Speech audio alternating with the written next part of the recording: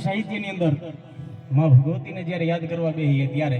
આજે આપણે પરમાત્માનું ગુણ ગાવા છે, પણ ભગવતીને યાદ કરી ત્યારે કેવી કે આદિ તો હિયંતન સોષ્ટિ સજંતન પ્રલય કનંતન કોસંતન